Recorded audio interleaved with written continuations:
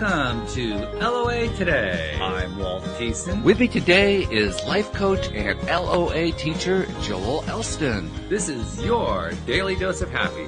We are so happy you decided to join us today. So this is an unusual Christmas 2023 because normally I don't record any episodes on Christmas Day. This year I am recording 2 episodes. Did one earlier today, now doing a second one. We're kind of turning the tables here a little bit, which is kind of appropriate because we're going to turn the tables with the topic too. We're going to talk about An End to Upside Down Thinking, which is a book you discovered, Joel. Interesting title, but tell us about the book. Well, the book's concept, it discusses consciousness and it debates consciousness, the origins of consciousness, the separation of the brain from consciousness. Gets into a lot of quantum theory. It goes into a lot of the stuff that we've talked about in various factors, law of attraction, and it's sort of the like the placebo effect and all the stuff that you and I are into. And it goes in. It doesn't bring any brand new information to the table, but it just sort of repackages a lot of the stuff that we already know. And the attempt in the book is to sort of be fair and unbiased. But he clearly has a bias in the book. I mean, it's just, it's like, I give you credit, like he'll say, well, here's, with great enthusiasm, he'll explain, some quantum entanglement theory. And they said, however, here's what this guy says that disagrees with it. It's, okay.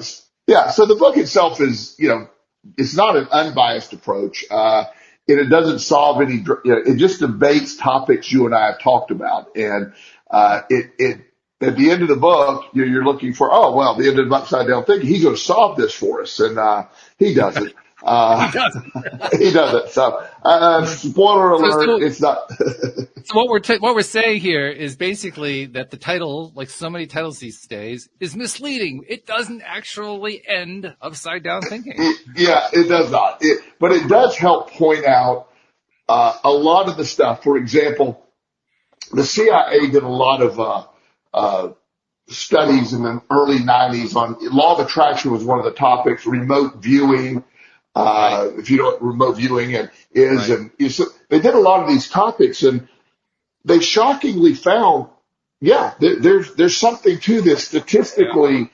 We're there. However, somehow it got buried, and a lot of the bias against that type thing just sort of said, well, they dismissed it. Well, if you read the CIA files, they don't dismiss it. In fact, President Carter actually is on record as saying we had one of these remote viewers find, I believe it was a Russian airplane, and gave the exact coordinates. This is President Carter. I mean, he's a pretty genuine guy.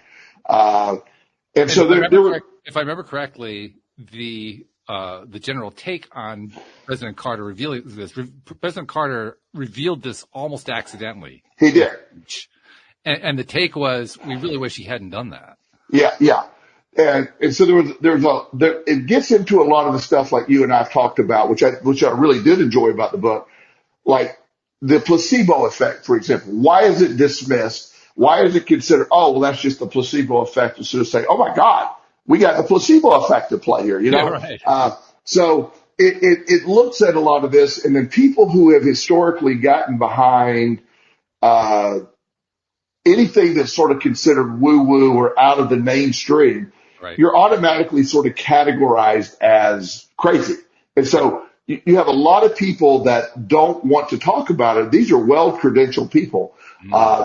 But yet so many people, so this is what the book was really talking about. A lot of these things that traditional science, traditional medicine, traditional thinking sort of dismisses. So the idea that our consciousness exists outside of the brain, that is a separate, some people would call it a soul, whatever, that there's an energy that exists within us that is separate from. It is somehow stored, it's almost like the cloud, so to speak, or whatever we are. But it's, it gets into that. It's a pretty good concept. I factually, I don't factually, but I really believe in my world, I understand my consciousness. I understand I have an energy. This energy has no possible way of dying. The physical housing will eventually wear out, but the energy itself, I could easily see where this energy would just keep going and going and going. And so he touches on a lot of that, but the idea that we still don't know so much. And then when you link a lot of the quantum theory, a lot of the quantum entanglement, a lot of the stuff that we've always just sort of said we don't really understand, it really supports the idea to me. There's enough evidence that, yeah, if you're going to look at, if you're weighing it not as a proven, this is a guaranteed thing, but to understand there is consciousness, we have to start with, you and I are talking, so we have to acknowledge consciousness. The question is, where does it exist? And is it something that, does every creature have consciousness? And the debates go into really deep dives and all of that. And I found the book really fascinating. I always read the reviews of the books. There's some people that really liked it. A lot of people thought it was just, like you said, sort of a misleading title. But it just repackaged a lot of Dr. Dispenza, Joe Dispenza stuff, Bruce Lipton stuff. So a lot of, again, law of attraction stuff is sprinkled in there as well. So it's a good attempt at just putting it all together. And if this was your first rodeo and you never read any book about any other stuff, it would get your mind thinking, but it's not one of my high recommended books because it doesn't cover any really new ground. Yeah, well, it's one of those topics that's kind of hard to find new ground. Yeah, well, exactly. Yeah, completely. It's not like it's kind of lying around like, okay, we know where all the new ground is. We're going to go over there. Right. It doesn't quite work that way. You said something else too, and I understood completely what you meant about it. I think everybody else did. You referred to one of my favorite little non-truth truisms, a reference to scientific proof. And I just like to throw it out every single time that comes up, that there is no such thing.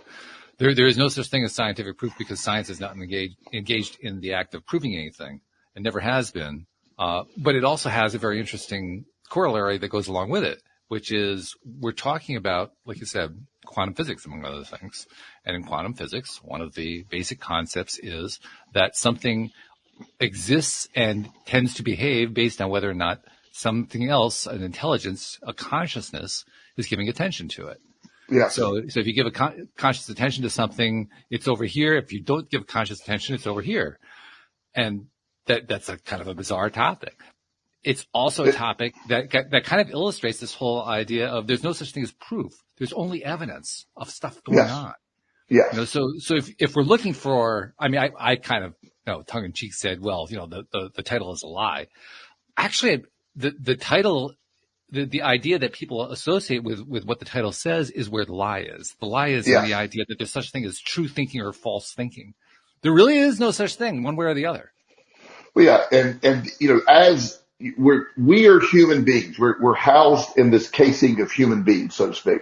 So we can only understand with the limits that exist as human beings exist. So right. That's the underlying thing. That why we won't understand a lot of this is we have to base everything in the physicality as we know it, as the physics exists that we know. Like me as matter, like I am in a body that I'm in, I can't travel at the speed of light if I had even the ability to do it without turning into light. That's the concept of Einstein's theory. However, there are things that travel faster than the speed of light, and so you're having this, okay, it's really hard to comprehend. Like the idea that if you want to drive yourself crazy one evening is try to really comprehend forever. It's just, you can't as humans comprehend forever. We know what it means, but since everything we know has a beginning and an end, as physicality goes, then we can't have the capacity to really understand it. Now, I believe when this ends and you transition to the non-physical, all that becomes, it's none of this stuff is even remotely complicated. But to us, it's only complicated because we have to view it through the limitations of what we have right now in our brain and how physics exists on our planet. And because we have to understand this stuff through inference. I mean, like Yes. you said, we don't really comprehend forever simply Right. because we can't see it, we can't taste it, we can't touch it, we can't play with it in any way. We can only infer it based on, well, if you just keep raising the numbers high enough, they go on forever. Oh, Right. there's forever. It's an inference. Yes. Yeah. And we know the general theory of it, but it just the idea of you have to understand it based on, as we talked about before, if I were to go back into ancient Greece right now with my cell phone and shotgun, I would be a god, Yeah. because all I'd have to do is blow somebody's head off and show them my cell phone. And they go, wow, what an awesome guy. I mean, they'll all bow down and they have these legends about it. And it isn't that I'm obviously any better than them. It's just I had technology that they didn't quite comprehend. They would view that as godlike. And, just because they have no point of reference with that. So what we're viewing, it's no different than me going back to ancient Greece than what we're trying to look and understand. We just don't have that capacity. Right, exactly. So with that context in mind, let's revisit what this book and this title is all about. And I'm going to throw something out there. You tell me whether or not you think we're on the right track here or that I'm on the right track here. When we're talking about an end to upside down thinking, which is actually more of a metaphor than anything else, what we're really talking about is consciousness something that is created within our brain as a physical process, or is consciousness something that is outside of that? That is whatever that means. Who knows what that means? I have no idea what that means. Whatever that means, it's the other thing. Right. Yes. And that becomes, as I sit and think, as I do often about these type things, I feel that all this is taking place right here. That's where my head. Now, do I feel that it's taking place in my brain because I've told that's where all this is? I don't know. It feels like this is where all this is coming from, but I don't really know that's where it's coming from. It's just my entire life this is where you think. So clearly, is taking place there. So is the mind housed within the brain? Is the mind simply a invisible type thing that is created in a connection with the brain? Why I do know there's some type of connection is we were talking about like genetics and epigenetics and healing and faith healing and just the general topics of the mind's influences on the body to make you sick or make you well. There's certainly the body physically responds to our mind, one way or another. It's responding physically. If somebody's having a panic attack, none of the stuff they're panicking over is real. It's created within the mind, but the physical reaction is certainly real. So it's just, it even adds to the question to me, is it housed within and when you die, that energy is separated from the brain and it's almost like this is the sort of the programming, all the stuff, the genetics and all we've learned, this life, previous life, all that's housed there. And then when this goes, that energy in my mind goes to to heaven or whatever your source energy is, I actually call it. And you may come back again or 100 times. I don't know, but that's how I see it happening. But I have no way of knowing that. I've just heard from other people. I know what I've experienced in some of my work, some of my psilocybin experiences. This is some of the stuff that was revealed to me. So, I happen to think that our mind is, I believe it's separate from the brain. But I think there's a connection. They go together. You wouldn't have access to your mind without the brain in physical form. Now, when physical form's gone, I still think that exists, if that makes any sense.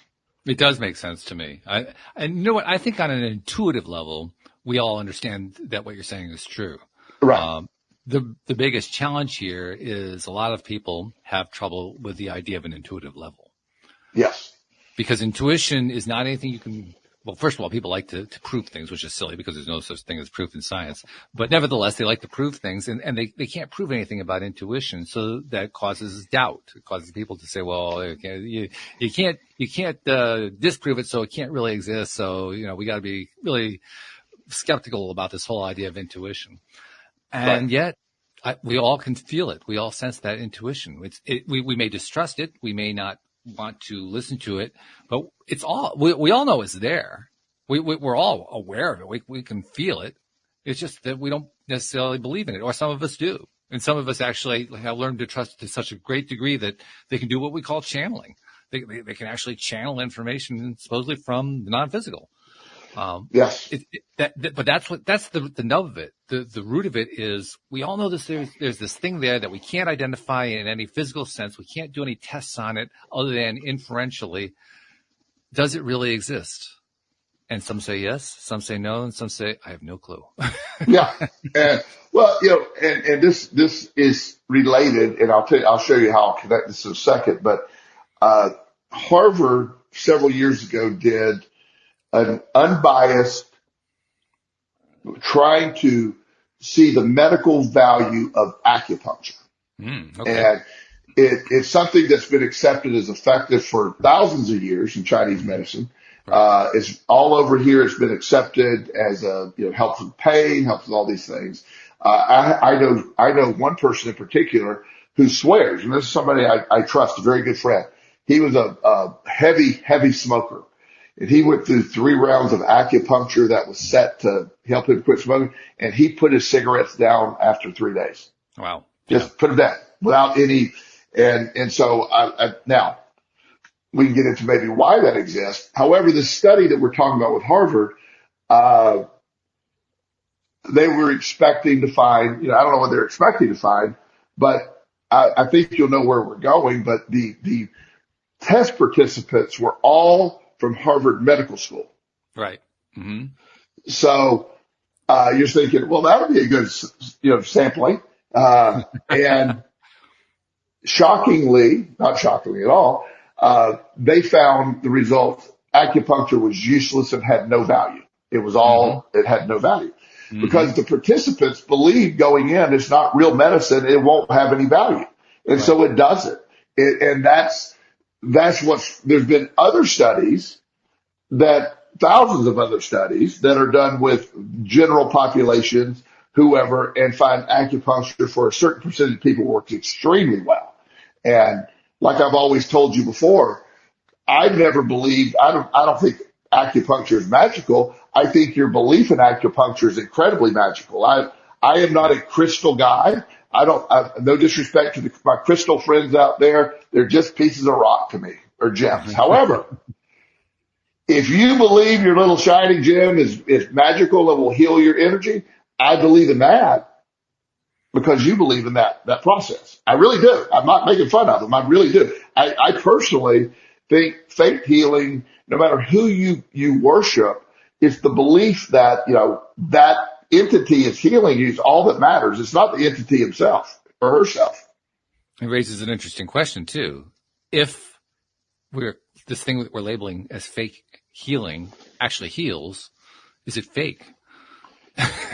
Well, that's what we're going for. It's not fake. I actually have seen many people healed and cured from non-traditional methods. I know in my life, just the stuff that just changing my perspective, changing, when I took action to not be depressed and defeat my anxiety and do these things and with my addiction, I feel I was healed from all of that by my actions and my belief system. It's, and again, people say, well, and I don't really care what people say, obviously, but it's something that I can speak to in my life. I know a lot of people that cure themselves, by just doing these things and believing these things are effective to you. And that, again, placebo, nocebo, all these type things, a belief in what you're doing is the strongest component of anything. If you believe your life sucks, you believe your life is miserable, you believe you're cursed, you absolutely are. I had a young man ask me last week, said, do you believe in curses? And I go, do you? And he goes, yeah, I'm cursed. I go, I believe you. I really do. Yeah. I do. And I'm thinking about the title of the book some more, An End to Upside Down Thinking.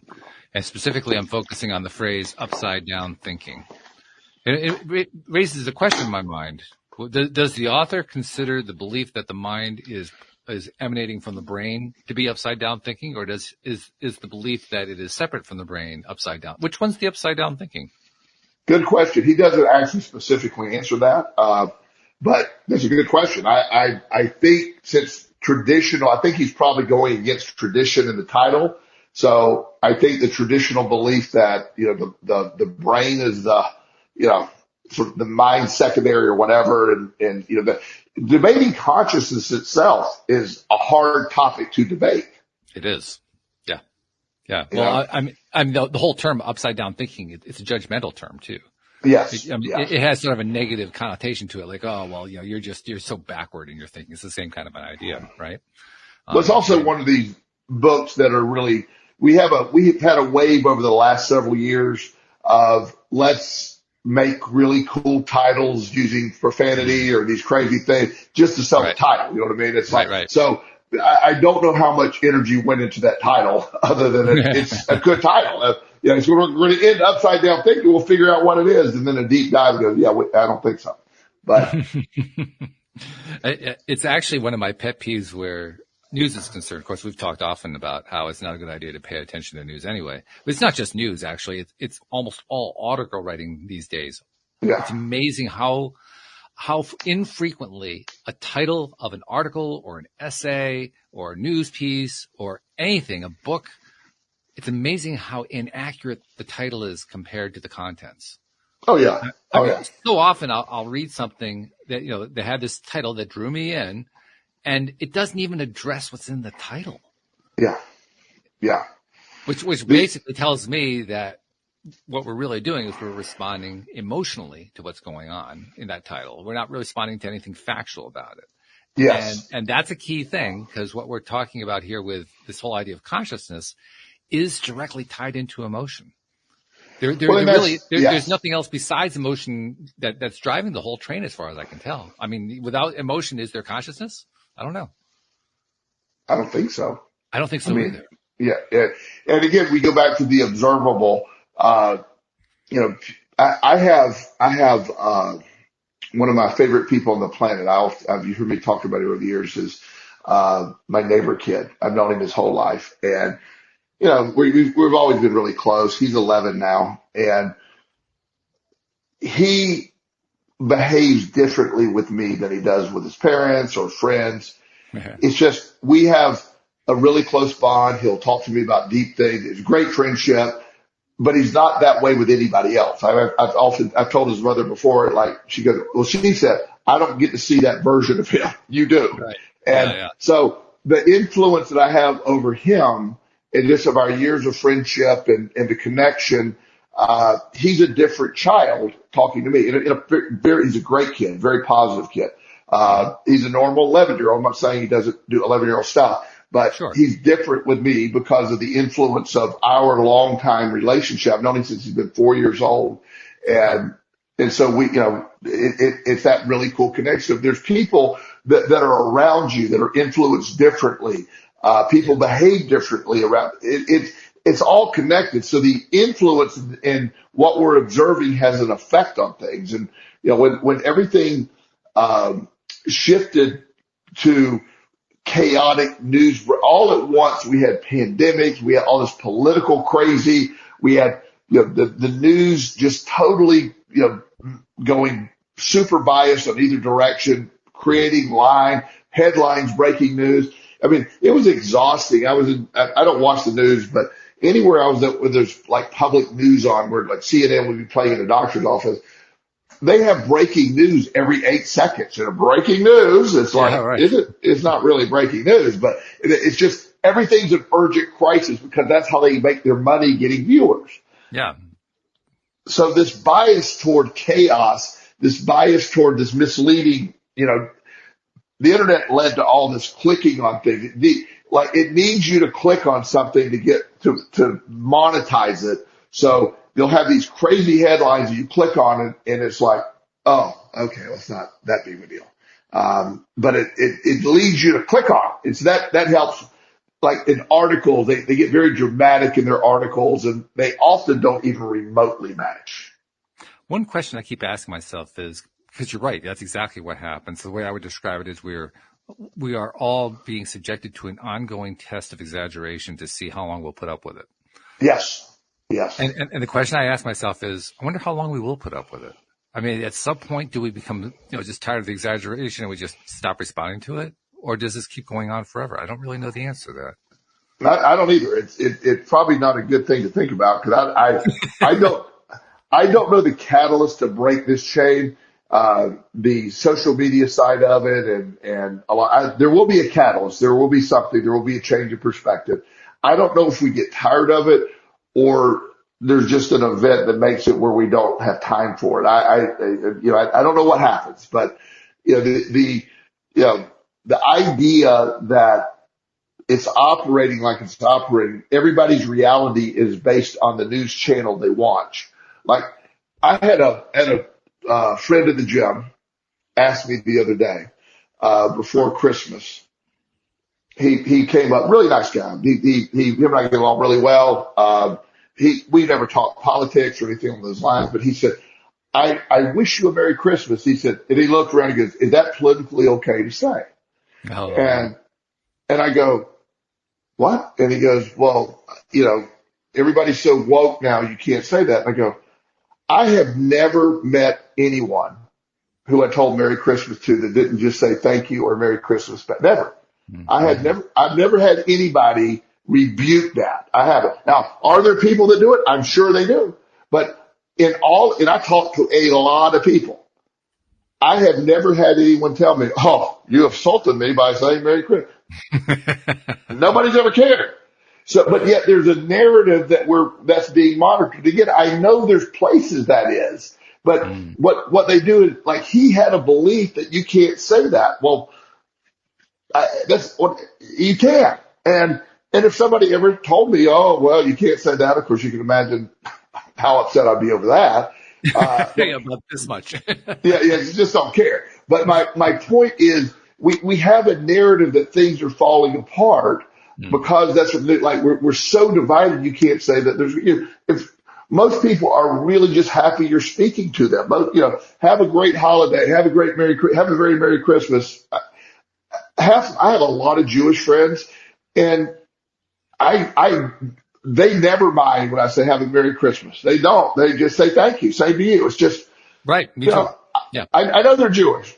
I mean, they have and they don't take offense to it. Most of them celebrate Christmas on some level anyway. Yeah. Right. I know a lot of Jewish friends that also have a Christmas tree. But it's this idea that there's a narrative out there that there's people monitoring me at the gym that I can't say Merry Christmas is an absurd narrative. And it's been sold that is the case. And it's just making it feel like we're all more divided than we really are. Yeah. I really do get the feeling that, to answer the question that I raised earlier, that I don't know exactly how precisely this plays out, but approximately, I think we do kind of get tired of the exaggeration to the point we stop paying attention to it. Well, that's my point. Like, using that example I used, that's an exaggeration of how bad things are. So eventually people are going to start saying, look, that's just not true. Let's stop. Let's stop with this silly. But also once people, and this is the pendulum that will probably change, when people start really being called out for their extreme crazy instead of it being sort of supported, when it's sort of called out. We're tired of people who are not serious. We're tired of absurdity. We're tired of exaggeration. When exaggeration quits being profitable is when exaggeration stops. Yeah, that's right. Does that make sense? Yeah, totally. Because that's like you said, that's what's driving the whole thing. The fact that you can monetize it, the fact that it's all click driven. That's where the exaggeration comes from. And I think we're already seeing signs of it. You mentioned politics. I think we're seeing it in political realm. People are just getting tired of the whole narrative. Left, right, middle doesn't make any difference. They're just tired of the damn thing. Well, I see the most common political memes I see are memes about how tired people are of the divide. Yeah. I don't see that many memes anymore. Here's my right wing view. Here's my left wing. I don't see that much anymore. There's some. It does exist, but there's a lot more of. I am so sick of this. Oh, well, where everything is so exhausting, and you are not to get political, but it's this group who's in power now is going to investigate the previous group that was in power. Mm-hmm. And then when the new group that comes into power, they're going to be having this is an ongoing, ridiculous investigation. Nobody's going to jail here. You're not going to, it's an extra, where this is going on either side. It's just this ongoing thing that you just waste all this drama and energy. And we got to get it out where the non-serious people or absurd people their exaggerations are not tolerated. And that was, remember when I would say 1999, 90, somewhere around there, all of a sudden, this is a really crazy example, but the biggest thing was animation shows. Like The Simpsons had hit it big. All these shows were coming, and animation it took over. In fact, regular sitcoms for a while sort of offside, animation was the big thing. And eventually, we still have some animated shows, but it's not, it's just not everything. It's just sort of, it went back to center. It went back to an acceptable thing. This exaggeration, crisis mindset, people are really tired of the absurdity of it all. And just, at the end of the day, I don't think we're all that different in what we really want. It's just that we're being sold that they're just trying to take away what matters from you, Walt. That's why you got to vote for me, because that group is going to take away what matters to you. So side with me. That's the whole thing. Yeah, well, it's a fear-driven thing. Yeah, of course. Who can push the fear button the hardest and the loudest and most often and most frequently? Yes. The belief is that that's what's going to get them the power that they want. Right. The interesting side effect that goes along with that is you push the fear button often enough, you end up being afraid. Not just that the people that you're trying to get to follow you are afraid. You're afraid, and your fear misleads you. Your fear takes you in directions you don't want to go in.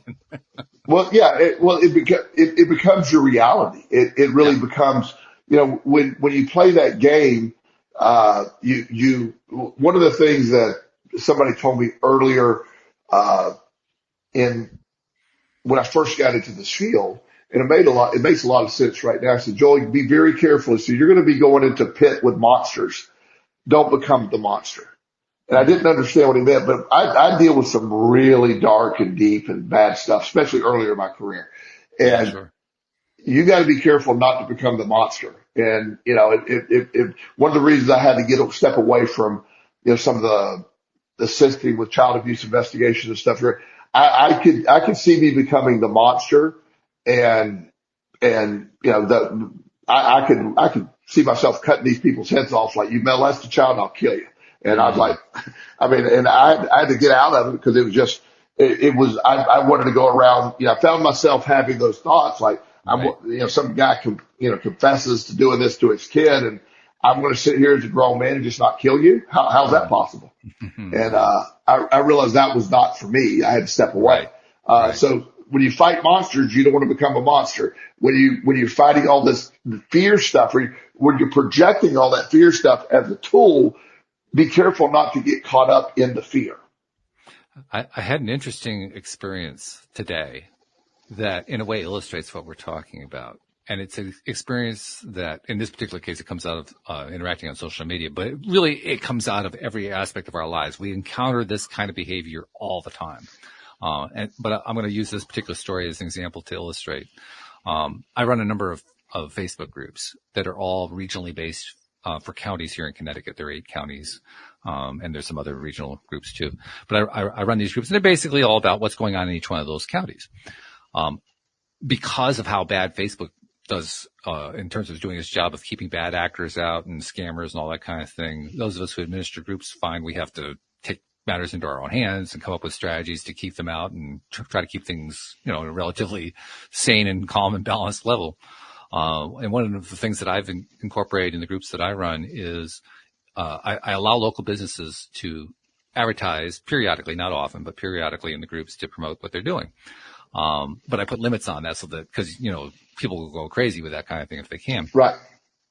One of the limits that I put in, and then I kind of acquired, I reached this point over time through experimentation and found this is pretty effective for not only keeping the bad actors out, but also keeping the legitimate local businesses from overdoing it. I'm requiring any business that wants to post an ad in the group to include their business name, business address, and business phone number in the text of the ad. Sounds pretty straightforward. Sounds fairly simple. You would not believe how much resistance I've got, but nevertheless, it sounds pretty straightforward. Yeah, periodically I get the occasional small business entrepreneur pushing back on it, saying how ridiculous it is or how unfair it is or all that kind of thing. I had someone today who she runs I think it's a yoga group, yoga practice or service or something along that line. I can't remember exactly what she does, but it's along that line. And she was really pushing on the idea, well, all they have to do is click on my name and it'll take them to a page, to my Facebook page, where it shows my business name, my business address, my business phone number. I said, yeah, I understand that, but in order to keep things simple and consistent, and because we have to work within a rules-based format, I have to make sure that it goes into the text of the ad so that everybody does that, because not everybody puts all their address and phone and so forth on their business page. People do different things. They have different practices and so forth. So to keep it all consistent, it has to be in the text.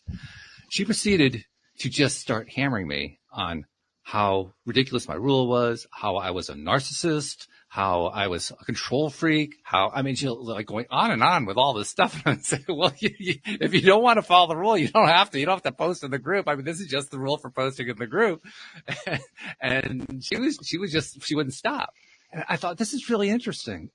Look at how a very simple thing just kind of exploded out of her mind. To the point where she was accusing me of everything you could imagine. And if I did anything to push back, oh my God, and then she had to escalate to the next level. Well, Yeah. How often do human beings do this? Every single day. Yeah. Continuously, right? Yeah. Yeah. To me, this is a small illustration of how people bring exaggeration into the everyday world. We think that it's others who are exaggerating. We're the ones who are doing it.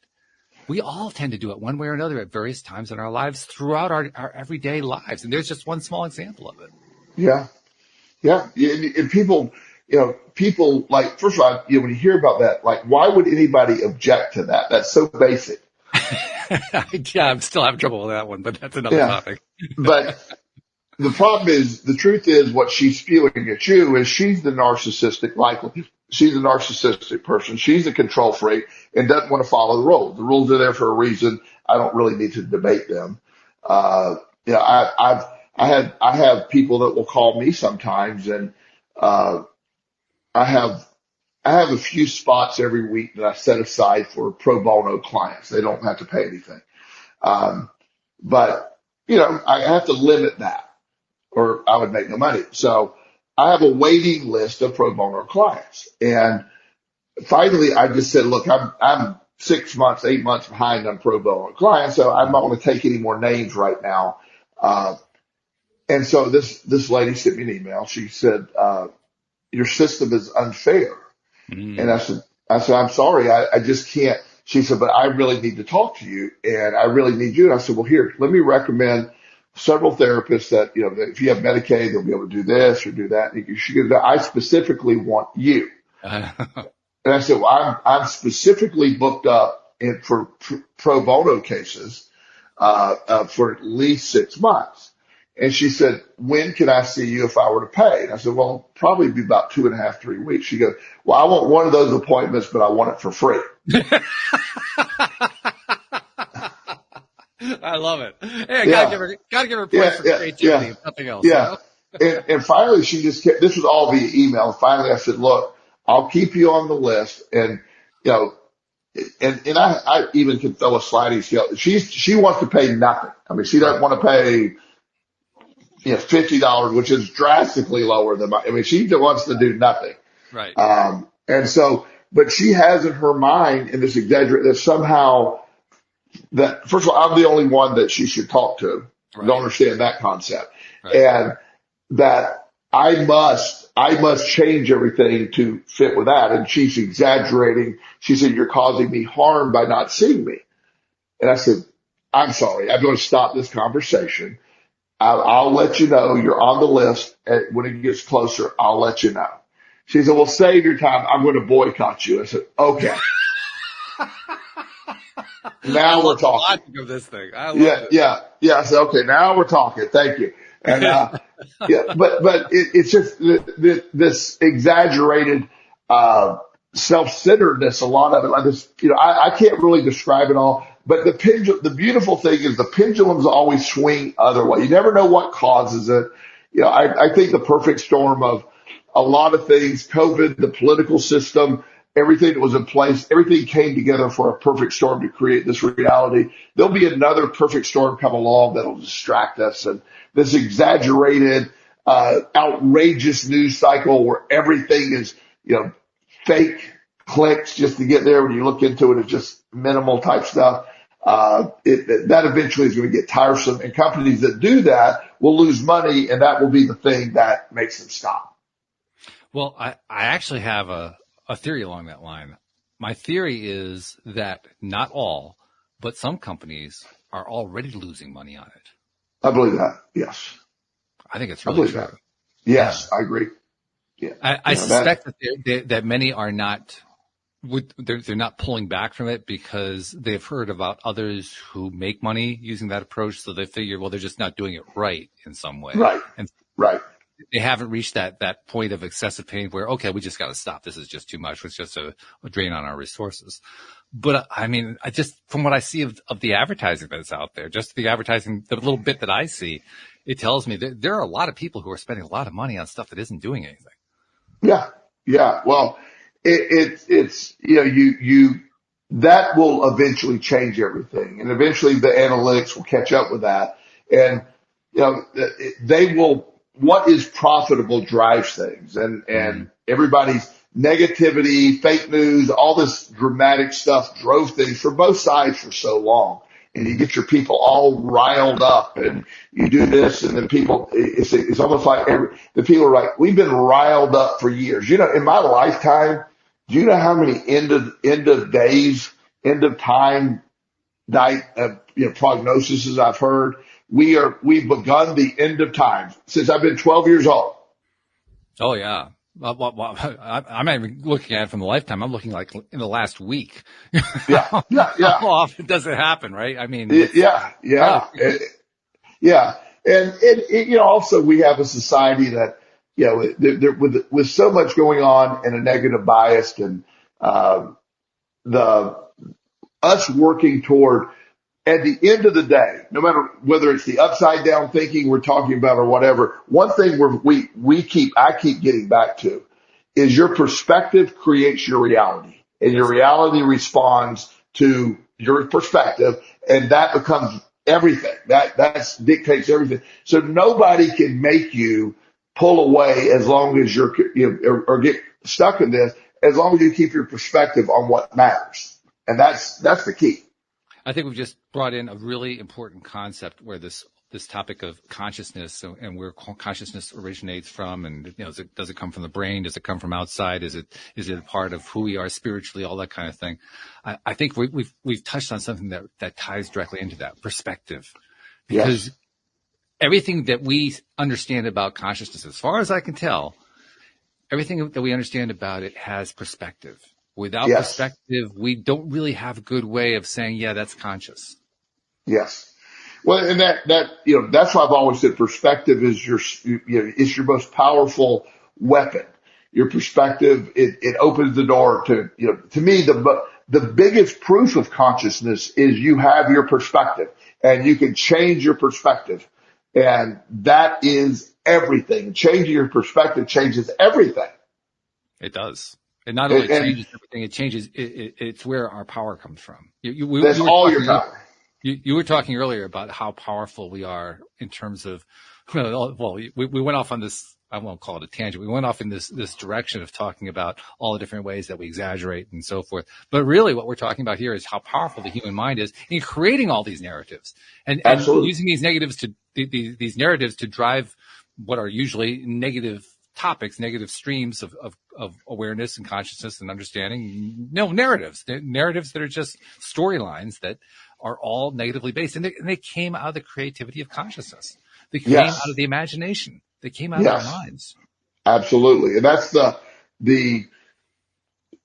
I can have a narrative towards something and my perspective be based on everything. I find an entirely different view. And I'm realizing my reality was completely wrong because I was viewing it from the wrong way. And it was built on my perspective based on previous stuff that I had dealt with before. And so I once you open the can of, or the power of your perspective, to me, when I've had debates with people about consciousness, I will bring perspective to the equation. How I know I am conscious and independent is I can shift my perspective. I have that power. You can't interfere with that. Not that you would, Walt. You've tried. I mean, to be fair. Well, I'm good at it sometimes. Yeah, Sometimes I can really just come right to the heart of it. But yeah. I mean, it's like the baseball thing. I mean, come on. But the perspective. And by the way, you'll notice I haven't actually talked about football. Just kind of as a side note, because I'm actually following some football this year, and I don't want you to like take that like I've completely gone off baseball, because I could just see you could turn that into, oh, now he's finally seen the light. He's looking at football. Well, I've influenced you. Thank you. I mean, there's nothing wrong with baseball for children. It's not. It's a kid's game. But anyway, this. Oh, that was really sharp the way you did. Well, it is. I mean, ball in the back. I mean, yeah. But let's not digress because we're going to get that. But the influence of the people you're around is you have control over that. Not really in the way that most people think. I don't have to participate with people who are very negative. I don't have to get into the middle. I've learned that's not my place to be. It's not my job to go adjust their perspective. It's my job to not engage in their perspective. I don't want that. I'll step away. I'll walk away. I won't debate it. Not because there's zero value in it. I want to get away from that energy, not in the middle of it. Well, that's the key right there. Is it energy that you want? I mean, because sometimes some people do want it. Let's be honest. Well, yeah, they are. And I have people that I am so energy attracted to, and I love being around them. It's just, I want more time. And you almost can't quantify it sometimes. It doesn't really matter who they are. There's people I really enjoy being around, their energy. And there's other people that the moment they're in my orbit, I just feel I got to get up and get out of there. Yeah. And it's, so I just follow that, and I pay attention to the people that I'm attracted to energy wise. I'm trying to, I can never really identify it. It's not it's just, there's something about people's energy, that perspective of mine saying, I want the people that I'm getting that connection with. So I'm in control of that. I can do that. I don't have to force myself to be in positions where there's negativity and these other, this really ineffective way of thinking. So the upside down thinking that we were talking about is, it really gets back to what we always end up with is perspective based. Everything's perspective based. And that's going to be the answer almost every podcast. Spoiler alert. That's pretty much what we're going to end up with. Sure. Now that we've done over 2,000 episodes, you're trying to narrow it down to one. I get it. Okay. Yeah. I mean, that's where I always end up. I always end up there. So. Oh, that's fun. No, seriously though. I really am intrigued by this idea of upside down thinking, because there is a pejorative associated with it. And that's one of the things that we humans really like doing. If there's something, or maybe we don't like doing, depending on how you want to say it. If there's something that we want to look down our noses at, or we want to disagree with it, we'll find a pejorative way to describe it. So, that's upside down thinking. That's a way of saying, I don't approve of that. I really think it's stupid or foolish or counterproductive, however you want to, whatever the reason is, I don't like it. I don't like that. Right. I don't like right. that. That's what that's all about. Isn't it interesting though, how rarely we're able to come up with right side up thinking or similar narratives to that one? To me, I've been mentioning this like for practically since I started the podcast, and I'm still amazed by how little language we have for things that we like. We have tremendous amounts of language. We have tremendous amounts of conscious attention to stuff that we don't like, to stuff that we disapprove of. We have so little for stuff that we like. Does that strike you as being true? I mean, do you get the feeling like we just don't have a whole lot of language, a whole lot of attention that we give to the things that are important to us, that feel good to us, that we like, that we approve of? Well, I mean, there was a time I felt that way. As negative wins, negative gets attention, negative has more descriptives, negative, literature is very seldom happy. So you write stories, they come up with new adjectives. So there's always some really bad stuff, so we got to have a lot of different ways of saying how bad it is. But at the end of the day, whatever you want to say, that something that you love, you don't need many ways to say it because it's so powerful. You don't, in my mind, I just view it differently. Because it is so real, stuff you love, stuff that you cherish, stuff you adore. You don't need as many descriptives because it's so right. If that makes any sense, that's a weird thing to say. I don't need to beat the drum. If I simply say, I really love this, I don't need to double down like, I super duper love this, where, that's despicable. I hate this. There's a lot of those descriptives that sort of pile on the adjectives that make it worse, and because you want to make how bad you really hate something. But really loving something, I love it. I don't think love or something you have appreciation for requires as many words. I think that's the difference to me. I think it's also something to be said for the idea that we just don't even look for them. I think of the phrase, I believe it's from a Shakespearean, it's either a sonnet or one of the plays, I'm not sure which. How do I love thee? Let me count the ways. No one can ever tell you what comes after that. Nobody can tell you what the counted ways are. They just know that line. That's it. Maybe because it's so incredibly boring and stupid that we just can't sit through it. I mean, I couldn't listen to that crap for 10 minutes, so I had no idea. Yeah. But to me, it's an example of just how little there is that not just how little exists, how little attention we give to it. Let's be honest, we love the negative. We love it. We just live for it. But it's biologically supported. Evolution supports the negative. We've talked about that before. So negative is the winner. It's protective. People who tend to be negative have historically been protected from stuff. They don't take chances. They are more careful often, and they live longer. And not so much today, but I'm talking about over the years. So it was enhanced through evolution that the negative people tended to go further along the way. So then I have to bring this back to our topic of consciousness, and I have to ask a very fundamental question. Is consciousness primarily about focusing on negative? I think consciousness is about focus. It's where you end up going. I think most people's consciousness would be focusing on negative because that's all they know. I think there's other people that get to a place where you can operate fully in consciousness and sort of understand that it's not a negative versus a positive. It's just sort of every day is that. Every day is your existence. Every day is that. And there's going to be things you like, things you don't like.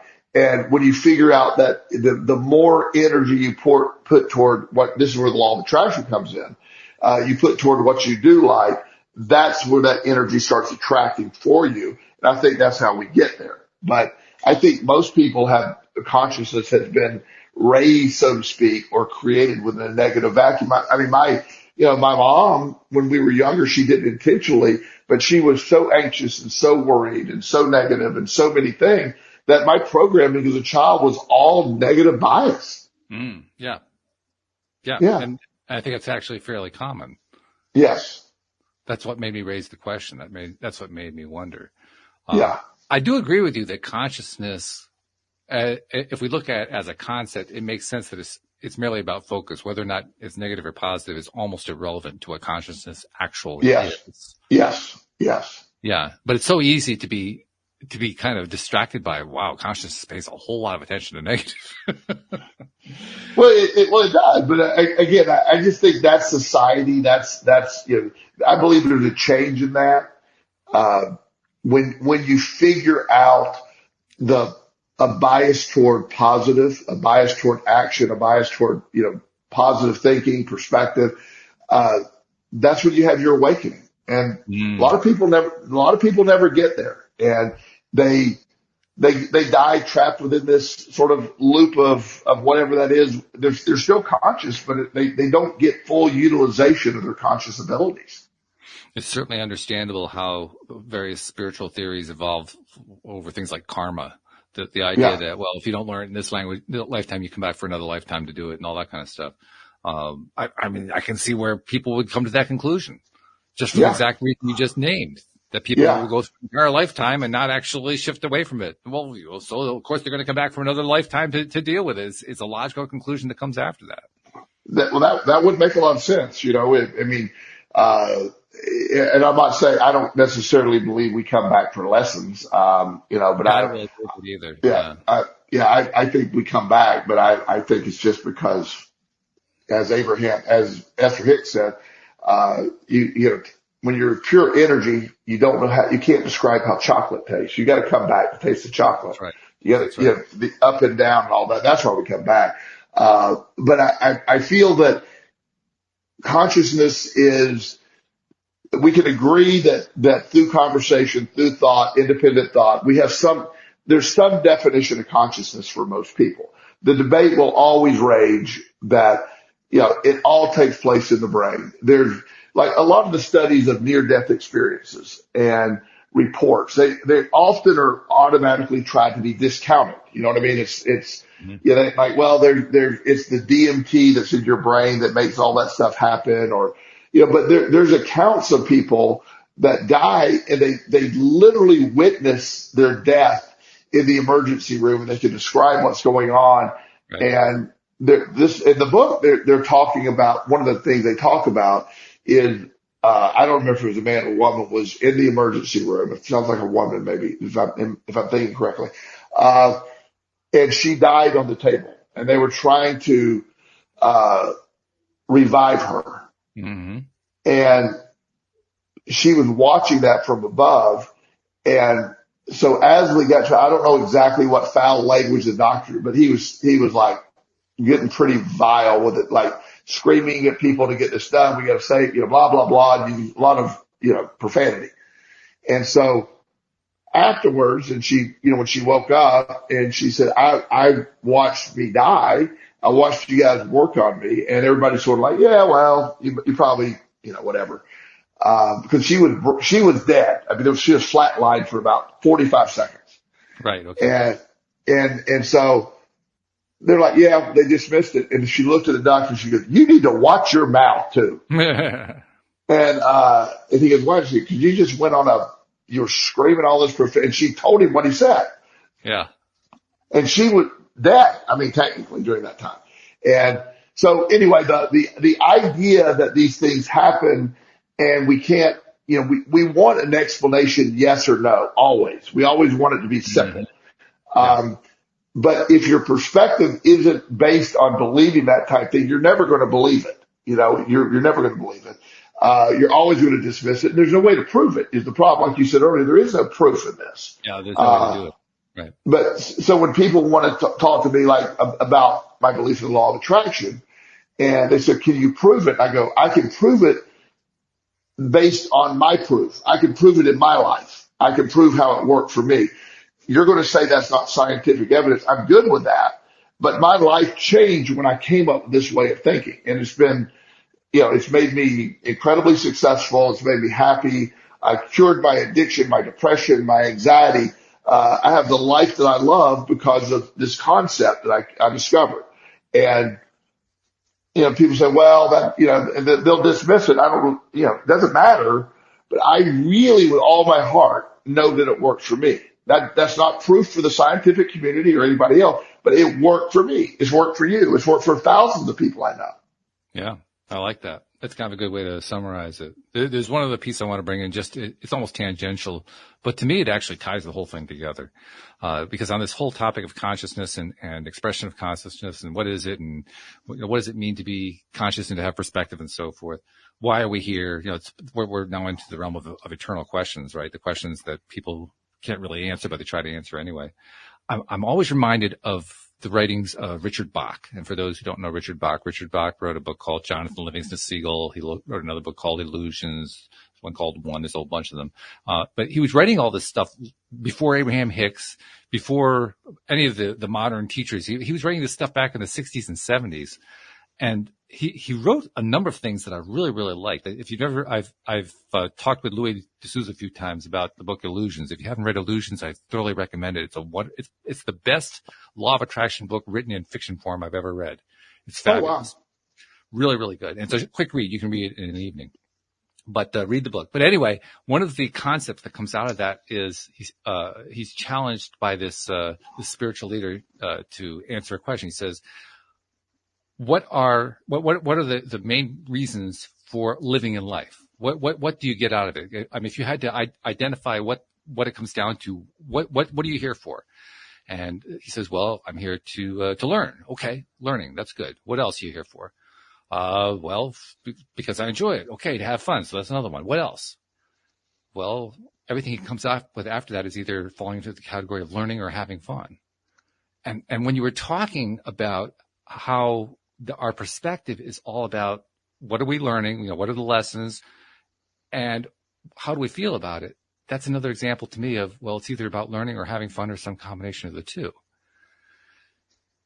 We talked earlier about how neither one of us really totally buy into the idea of karma as it's usually expressed. And I think this is the reason why for me. Karma is great if you're having fun with it. If you're not having fun with it, why would you want to do it? Yeah, I agree. That makes complete sense. Yeah. And just by thinking about it that way, now all of a sudden I take all the weight of all the negativity out of it because, well, am I having fun with it or not? If I'm not, then why am I going to give my attention to it? Yeah. If I am having fun with it, then I'm going to give lots of attention to it. And if it happens to be negative, fine. That's my choice. Yeah. Having fun is a subjective experience. There's nothing objectively fun. There's only subjective fun. So yeah, I mean that's the definition of fun. What's fun to me won't be fun to you. Clearly, that's right. I mean, in our sports choices. Well, sometimes it will be. Yeah, sometimes, occasionally. Yeah. Well, you're from Florida. You grew up in Florida. My football team is the Miami Dolphins. So we have a little similarity going on there. Something. Yeah. I mean, okay. The fact there's a team in Miami called the Dolphins, that's good. Well, not only do I knew that, I actually knew that. Believe it or not, Joel, I actually knew that.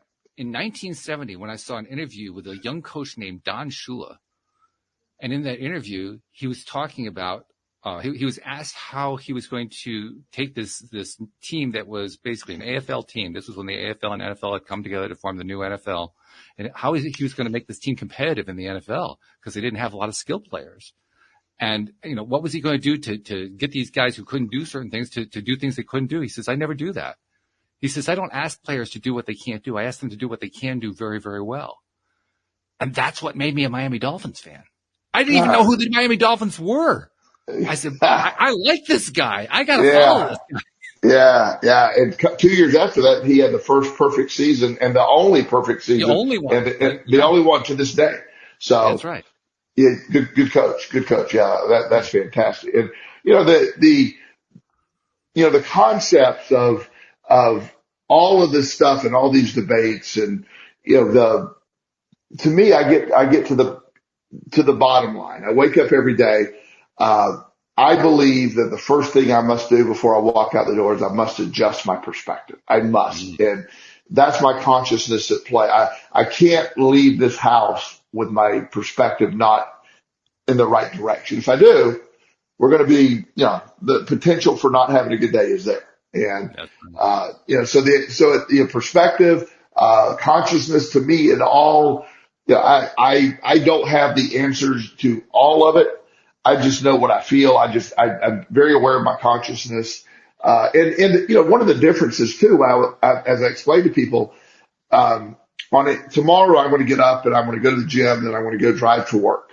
I do that every single day, pretty much in the same order. I drive to work the same way. And I don't remember driving to work most days. I just drive the same way every day. And unless something happens, there's a wreck or there's a change, I have to go around, then I have to pull out of the subconscious driving and get conscious where I'm going. So I'm operating most of my day in the basic stuff with the subconscious or the, not conscious brain. It's just built in. Now the conscious brain consciousness is so infused that when I need to pop out of subconscious, it's immediately available. So it's certainly adjacent to, if not in the middle of, it's all there. Mm-hmm. Yeah. If that makes sense. It makes a lot of sense. And that's really what the nub of the whole thing is. This has been a fun conversation as usual. We always have these really fun conversations. I love how you find a book that you picked up on Audible and say, oh, there's a basis for a conversation right there. Yeah. Yeah. I think it's cool. Just keep doing that so we can have more topics. It makes it really easy. Yeah. Yeah. I've got some new ones coming up this week, so I'll see which one I like the most. Sounds great. So I won't be talking to you next week. Next week is New Year's, but I'll be talking to you the following week. So I'll see you in a couple weeks.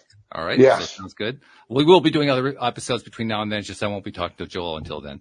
So my friend, I'll look forward to talking to you at that point.